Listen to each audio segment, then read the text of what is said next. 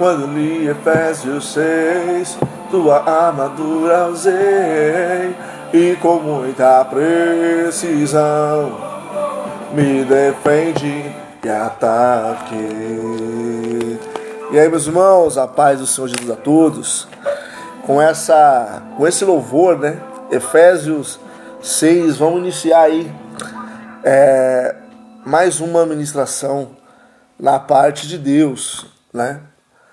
Vamos estar lendo hoje em Hebreus capítulo 3, né? Hebreus capítulo 3.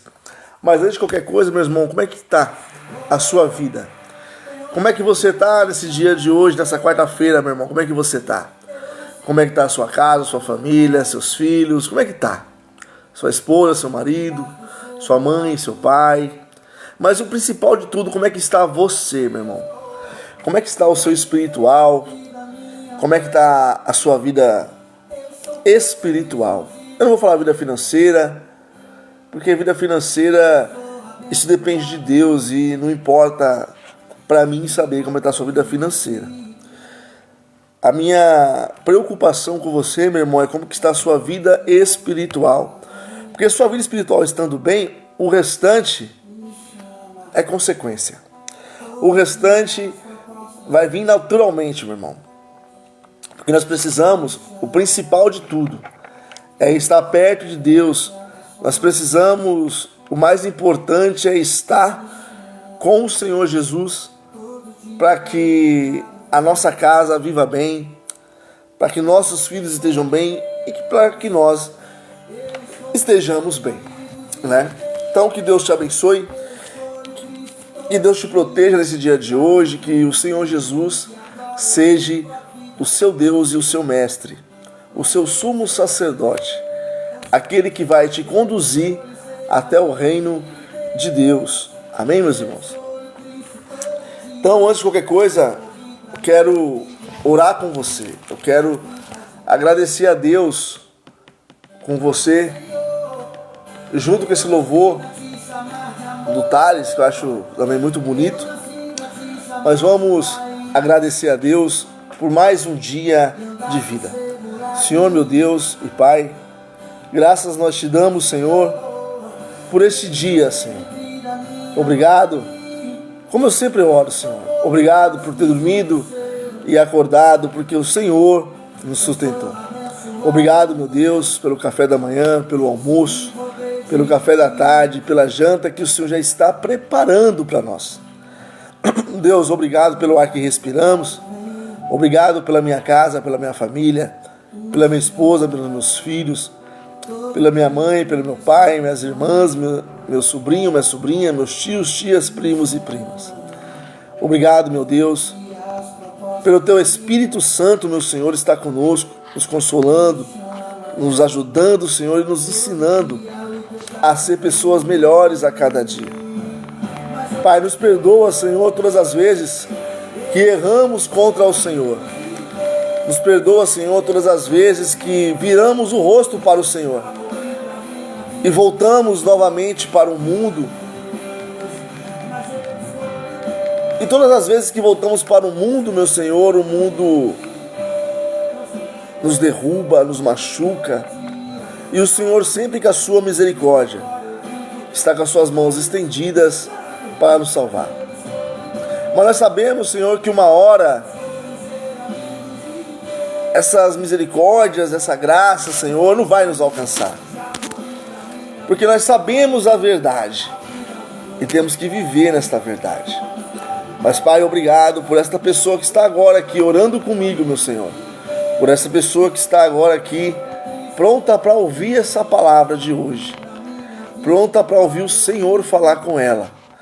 E eu acredito, meu Senhor, que através das Tuas palavras ela vai fazer a Tua vontade.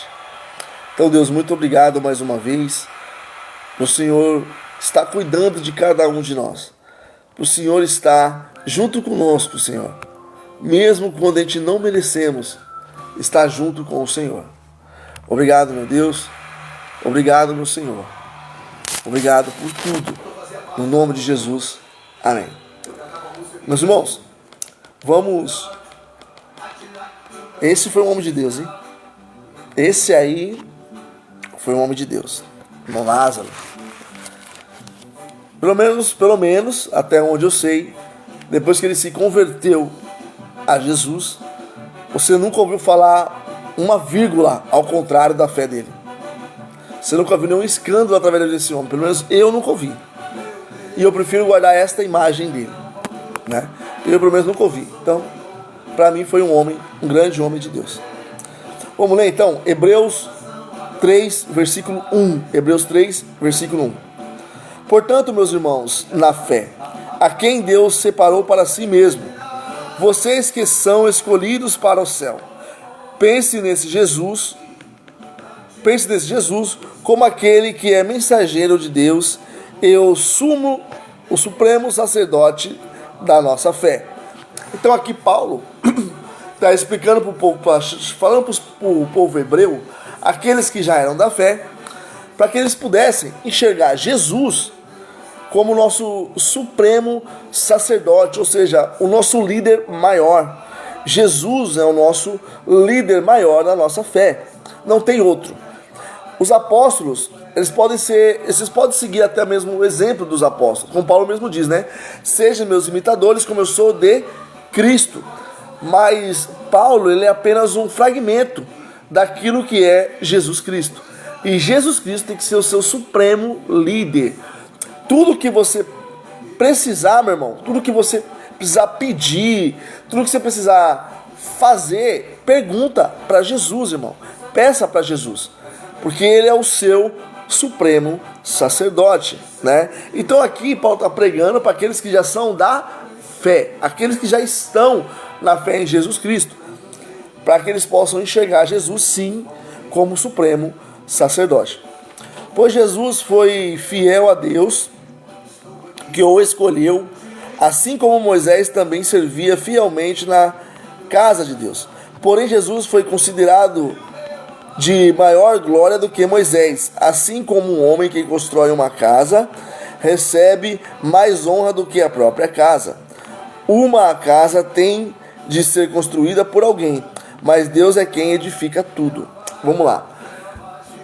Por que Paulo fez uma comparação entre Moisés e Jesus Cristo?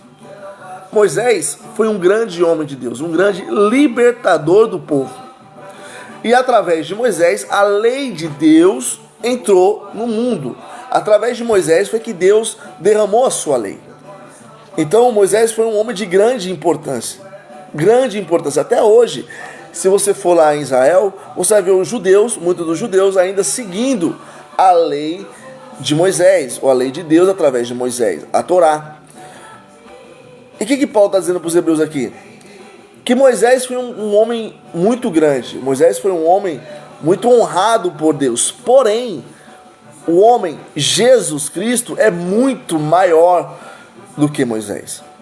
Porque Jesus nos trouxe o quê? A graça. Moisés trouxe a lei através de Deus. Jesus, através de Deus, ou através dele mesmo, trouxe para nós a graça. Então ele quer dizer, está mostrando para o povo hebreu que maior do que Moisés é Jesus Cristo, né? Para aqueles que são da fé, tem que acreditar que Jesus é maior que Moisés, que é a lei. E Jesus é maior porque ele é a graça, tá bom? Ora, Moisés fez uma boa obra trabalhando na casa de Deus, porém ele era apenas um servo, e sua obra foi esclarecer e lembrar aquelas coisas que aconteceriam no futuro. Mas Cristo, o Filho de Deus, é fiel e é o responsável absoluto pela casa de Deus. E nós, os servos de Cristo, somos a casa de Deus. Ele mora em nós, se conservarmos a nossa coragem firme até o fim, bem como a nossa alegria e a nossa esperança no Senhor.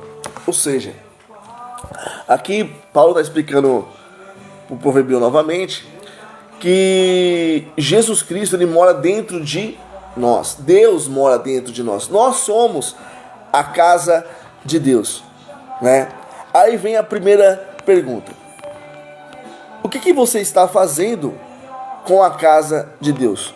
Quais os cuidados que você está tendo com a casa de Deus? Ou seja, com a sua vida, com o seu corpo. Quais os seus cuidados? Como é que você tem cuidado de você? Como é que você tem cuidado daquilo que pertence a Deus? Como você tem feito isso? Como é que você tem se guardado? Como é que você tem permanecido na presença de Deus? Moisés, vamos colocar Moisés como se fosse um pastor que cuida da casa de Deus, que cuida de mim e de você. Além disso, ele quer dizer o quê? Que o próprio Jesus mora dentro de nós. Então, mais uma vez eu pergunto, como você tem cuidado da sua casa? Como é que você tem cuidado da casa de Deus? Como é que você tem cuidado daquele local onde Deus faz morada? Como é que você tem se cuidado, meu irmão? O que você tem feito para cuidar daquilo que é de Deus?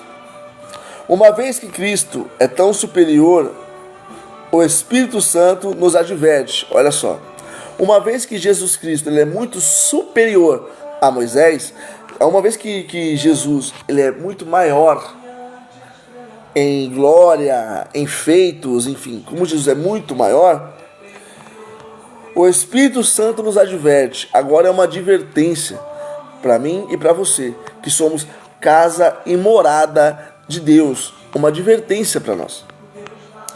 Hoje, se vocês ouvirem a sua voz, não permitam que o coração de vocês se endureça, como fez o povo de Israel. Eles se rebelaram durante o tempo da provação no deserto. Ali, os seus antepassados me desafiaram e me puseram à prova, apesar da paciência que tive com eles durante 40 anos e de terem visto tudo o que eu fiz. Por isso, fiquei muito irado com eles, pois seus corações estavam sempre olhando para outro lugar, em vez de levantarem os olhos para mim, e não reconheceram os meus caminhos. Vamos lá. O que a palavra está nos ensinando agora aqui? Que hoje, meu irmão, Deus está nos advertindo para que o nosso coração deixe de ser duro. Um coração que ora está na igreja, uma hora está com Cristo, outra hora está no mundo. Ele usou o exemplo do povo no deserto. O povo que ele tinha tirado do Egito e colocado no deserto para chegar até a terra prometida, até chegar em Canaã. Só que esse povo que saiu do Egito e foi para o deserto, estavam com o coração duro, mesmo tendo visto as 10 pragas que Deus mandou. Mesmo o povo ter clamado mais de 400 anos para sair daquele Egito, e Deus ia levantar um libertador, tirar aquele povo do Egito, levar ele para o deserto para até chegar em Canaã, o povo mesmo assim ainda estava com o coração endurecido, ou seja, ainda estava com o coração muito sujo com o Egito. E Deus está advertindo nós nesta manhã, nesta tarde, nesta noite. Ele está nos advertindo para deixar esse coração duro para trás e ser sensível à sua voz. Porque todos aqueles que endureceram o coração no deserto foram mortos no deserto. Apenas 2 entraram daqueles que saíram, Josué e Caleb. Apenas os 2 entraram. Então vamos lá, meus irmãos, o que Deus está nos advertindo? Para que nós saímos literalmente hoje do Egito. Esqueça o Egito. O que significa o Egito? O mundo. Saia do mundo hoje. Deixa de ser coração mundano. Deixa de ser um coração cheio da sujeira do mundo. E deixa que Deus transforme o seu coração em um coração de carne. Ou seja, um coração cheio do Espírito Santo. Um coração que é sensível à voz de Deus. Ele está nos advertindo que hoje Ele vai falar comigo e vai falar com você. E você tem que estar com o seu coração amolecido, um coração cheio do Espírito Santo de Deus, né?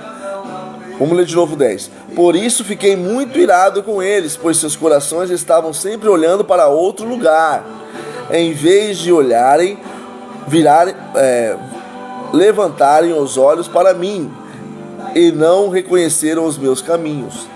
Meus irmãos, quando nós estamos cheio do Egito, cheio das coisas do mundo, nós não conseguimos ouvir a voz de Deus. Nós não conseguimos entender o que Deus está falando para que nós façamos, ou o que nós temos que fazer, ou qual atitude nós temos que tomar, ou aquilo que nós temos que falar, porque o nosso coração ainda está cheio das coisas do mundo. É por isso que ele disse aqui, ó, e não reconhecer os meus caminhos.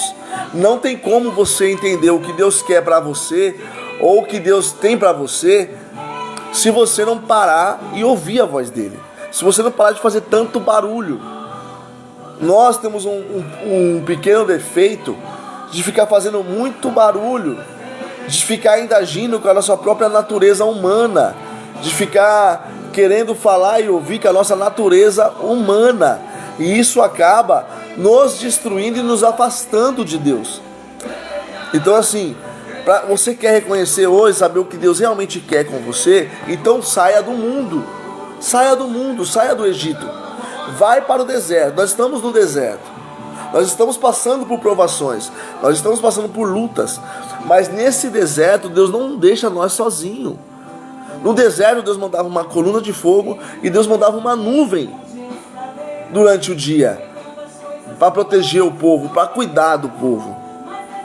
Só que mesmo Deus mandando maná, as cordoniza, mandando água, Deus fazendo vários milagres e maravilhas no deserto, o povo ainda estava com o coração duro. Então Deus está falando com você hoje, que fica se perguntando, será que Deus fala comigo? Será que Deus está na minha vida? Será que Deus ainda quer algo comigo? É com você que Deus está falando agora. Ele está mandando te dizer assim, o que te faltou nesse tempo todo? O que foi que você precisou que eu não tenha feito? Você passou fome, passou necessidade? Você já passou por coisas ainda muito piores do que você está passando agora? Por que você está me colocando em prova ou duvidando daquilo que eu estou fazendo na sua vida? Muitos de nós, meus irmãos, somos assim. Somos pessoas assim. Se nós olharmos para o nosso passado, eu tenho 36 anos, meu irmão.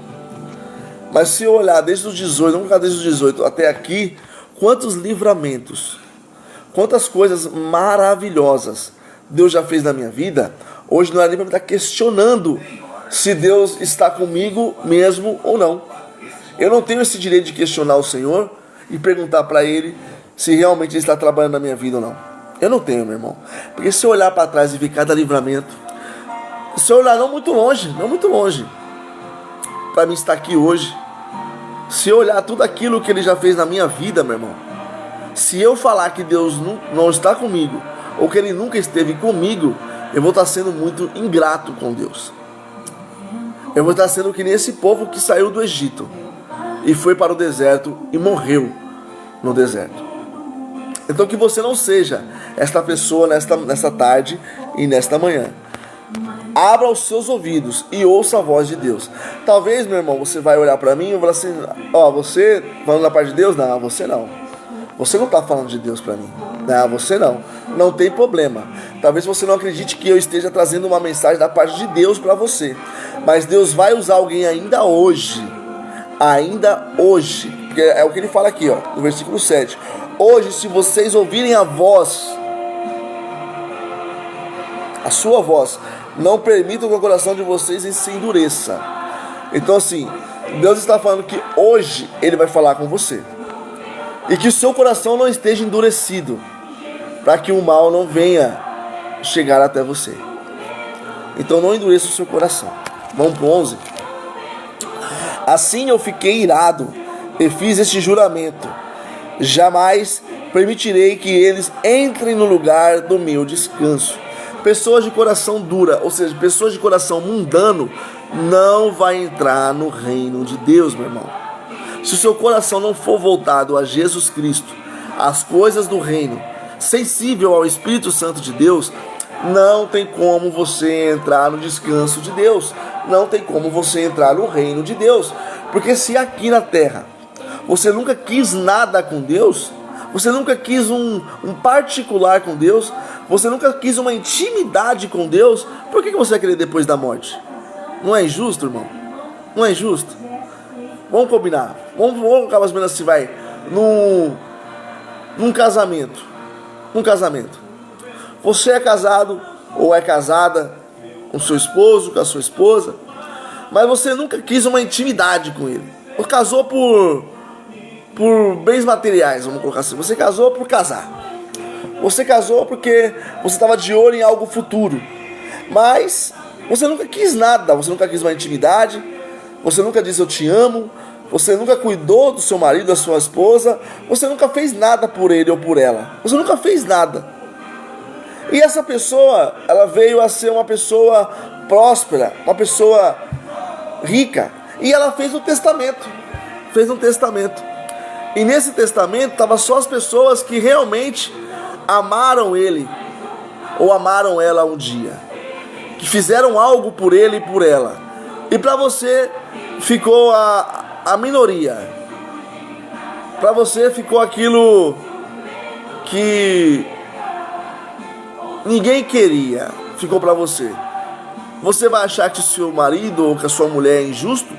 Não. Você nunca quis nada. Você nunca quis uma intimidade, meu irmão. Não é injustiça. É muito justo. É muito justo.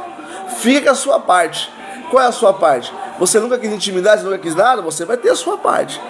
Agora aqueles que quiseram a intimidade, que cuidaram, que zelaram pelaquela pessoa, essa pessoa vai ter uma parte muito maior do que a sua. E não reclame, porque você nunca quis nada. Então vamos lá. Todos nós, um dia Jesus voltará para buscar a sua noiva, chamada de igreja. Só que você nunca quis um casamento com a igreja, você nunca quis viver com a igreja, você nunca quis. Eu não estou falando de religião não, irmão. Estou falando de religião não. Eu estou falando aquilo que a palavra diz, que Deus voltará para buscar aqueles que são seus, aqueles que quiseram uma intimidade, que quiseram um compromisso com Ele. E isso está sendo o quê? Uma advertência. Deus falou que ia nos advertir.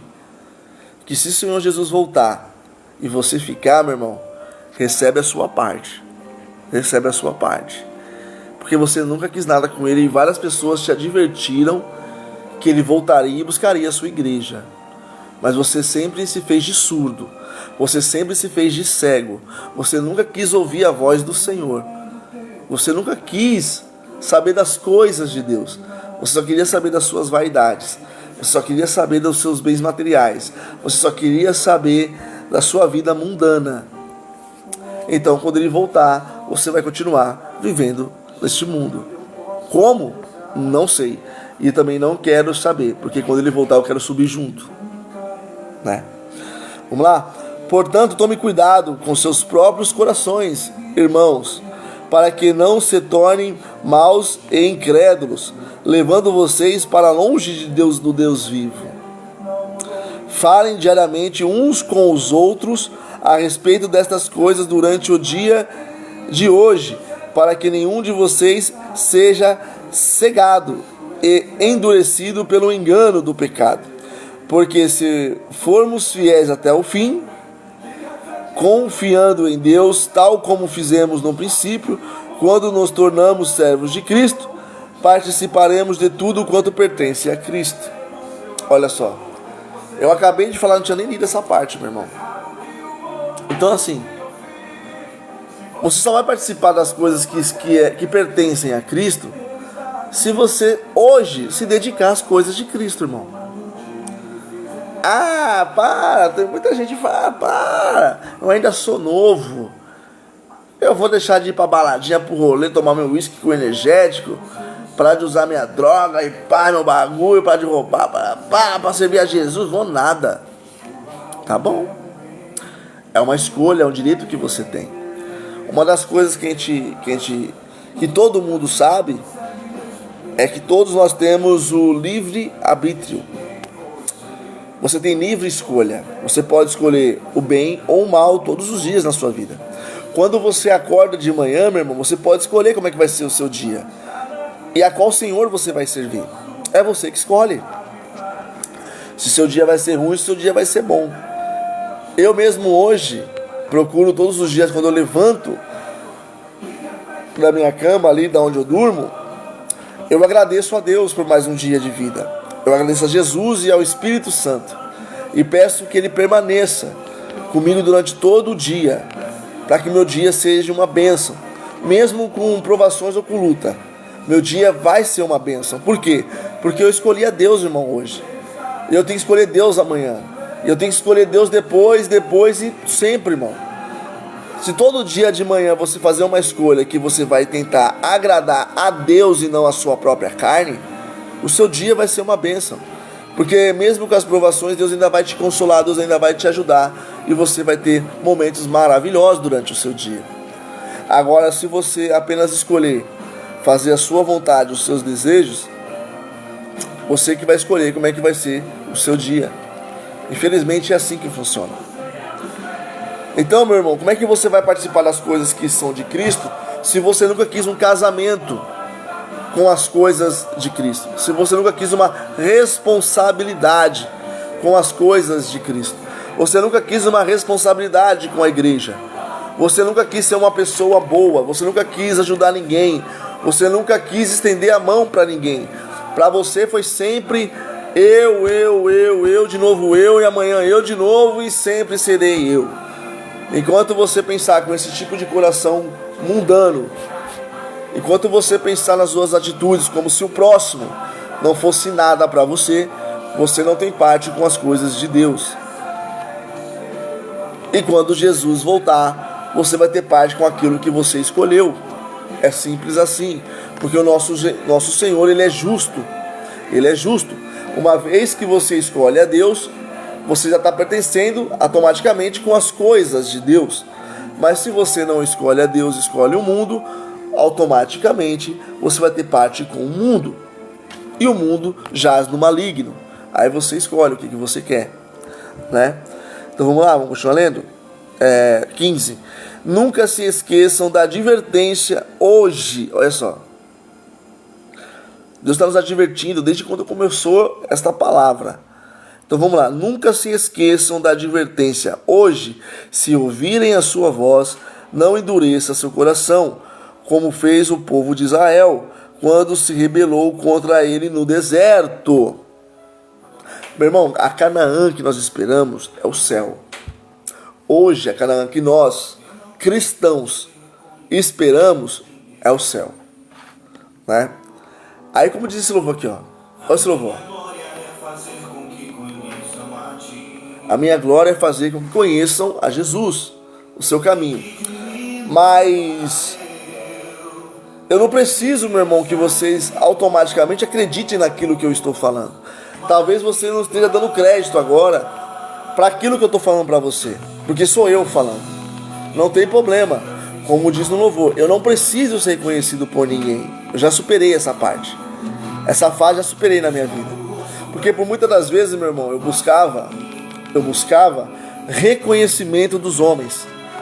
Eu sempre preguei a palavra, sempre louvei a Deus, porque eu buscava um reconhecimento, com que as pessoas olhassem para mim e vissem que realmente eu era um homem de Deus, que eu tinha a palavra, que eu sabia louvar, que eu sabia pregar.